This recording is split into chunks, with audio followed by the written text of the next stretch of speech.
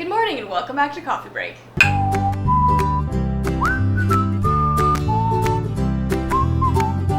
So we're really excited because this week our coworker Laura is having a baby shower. Yay! She's gonna be a mom for the first time. It's very exciting. It's very exciting. Yeah. And you know, books are like the perfect gifts for baby showers. Yeah. Not that that's what we're getting you, Laura. We're gonna keep you in suspense a little while longer. But really they make good, I mean, even kids' birthdays too. You can get books for kids' birthdays. Yeah. It's perfect. So we thought we would share some of our ideas, recommendations for books for kids. There's so many to choose from, so we thought we'd help narrow it down. Mm-hmm. And this got us thinking about, like, what were our favorite books growing up, and, like, you know, really little growing up. So I texted my mom, actually. Like I suspected, my mom said favorites were Goodnight, Moon, lots of Dr. Seuss, you know. The classics. Yep, the classics. Mm-hmm. But what I didn't realize, because I asked her specifically, okay, what board books did I like? She said, board books weren't a thing yet when you were born.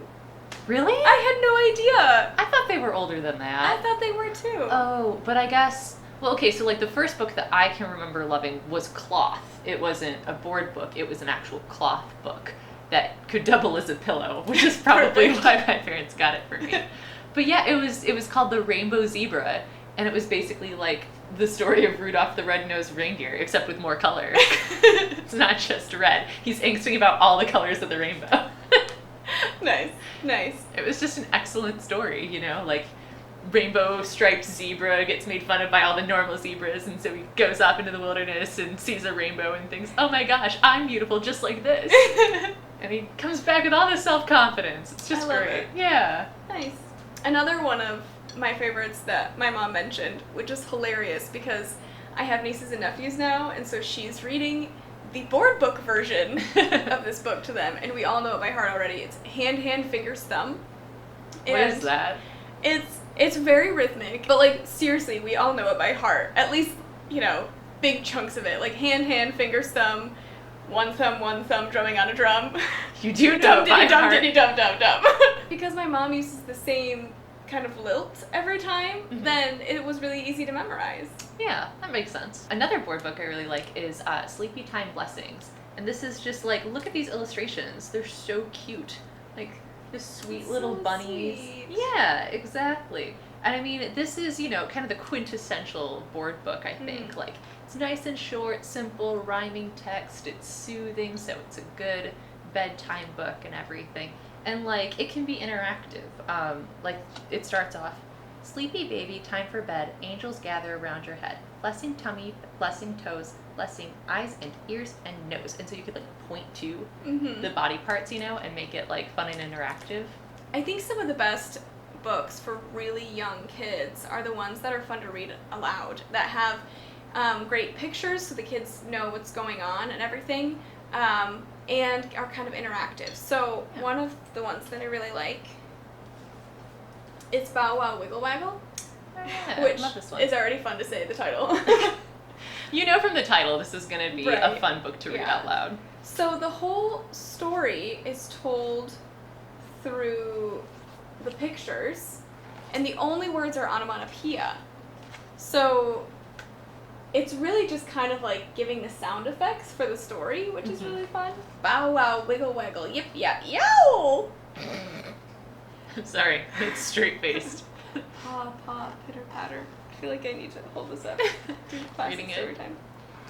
Meow! Growl! But actually, like, the funny sounds are actually what turned my mom off of one book. Oh, really? Apparently, when I was a really little kid, I loved Fox and Socks, and she tried reading it out loud to me one time, and she, like, immediately donated it to charity, said it went missing. Like, I never saw that book again. And she was just like, oh God, I hated that book. And I never knew why. And then, like, I looked up the text earlier today because I'm like, why did she hate that book so much? And now I get it. I'm sorry you had to go through this, Mom. No, seriously, this is like the first few pages. Fox, socks, box, knocks, knocks in box, fox in socks, knocks on fox and socks in box, socks on knocks and knocks in box, fox and socks on box on knocks. That's exactly why it was fun for you, Oh though. my god, that's terrible. Dr. Seuss, what were you thinking? Tongue twister, brilliant. I feel like as a parent, if my kid loved that book, it would be like the challenge for me to like see how fast I could get through it. I think I would take Mom's attitude, like nothing is worth this I'd torture. be like, fox, socks, box, knocks, knocks and box, fox and socks, knocks. It's really impressive. I didn't get it all the way through though.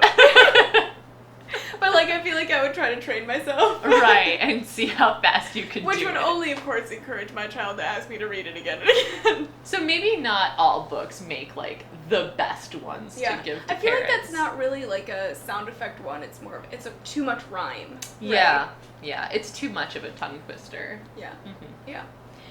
One final suggestion. I think if you are getting a book for someone who's having their second child, then they can still use more books, obviously. And I think it would be fun to give the older sibling a book because, let's be honest, they have a lot to deal with. And all of a sudden, this new baby coming in and taking up all the attention and getting all the gifts. I don't know what that's like, but I can imagine that I mean, being I don't really either. horrible. I'm the youngest child. I'm an but- only child. We've never had to deal with this angst, but kudos to anyone who has had to. But we have this book, Peter is Just a Baby. So it's an older sister who has a younger brother, and she is pointing out all of the things that Peter can't do. Like, he can only do this, but I can do this.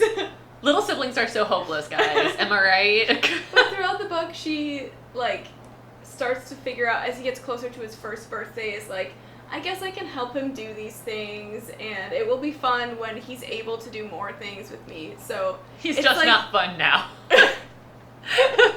I mean, she starts to appreciate having a little brother. Mm-hmm. So it's really fun that, like, it's about the older sibling, so, like, they can have a book about them, too, you know? Yeah, exactly. Peter Excellent. is just a baby, and he can't even walk yet. He crawls like a little turtle. Not me. I can run. I can leap. I can skip. Peter is just a baby, and he's never even had a birthday party. Not me. I've had 1, 2, 3, 4, 5, 6 birthday parties. Well, 2 birthdays ago, I didn't blow out all the candles with one big puff. That was the year I wished for a baby sister.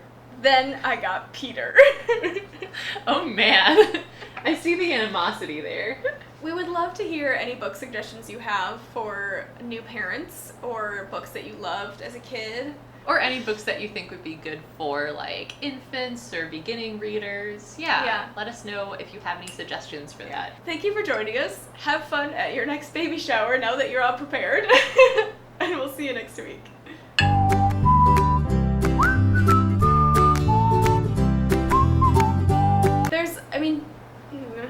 No, we're going with that.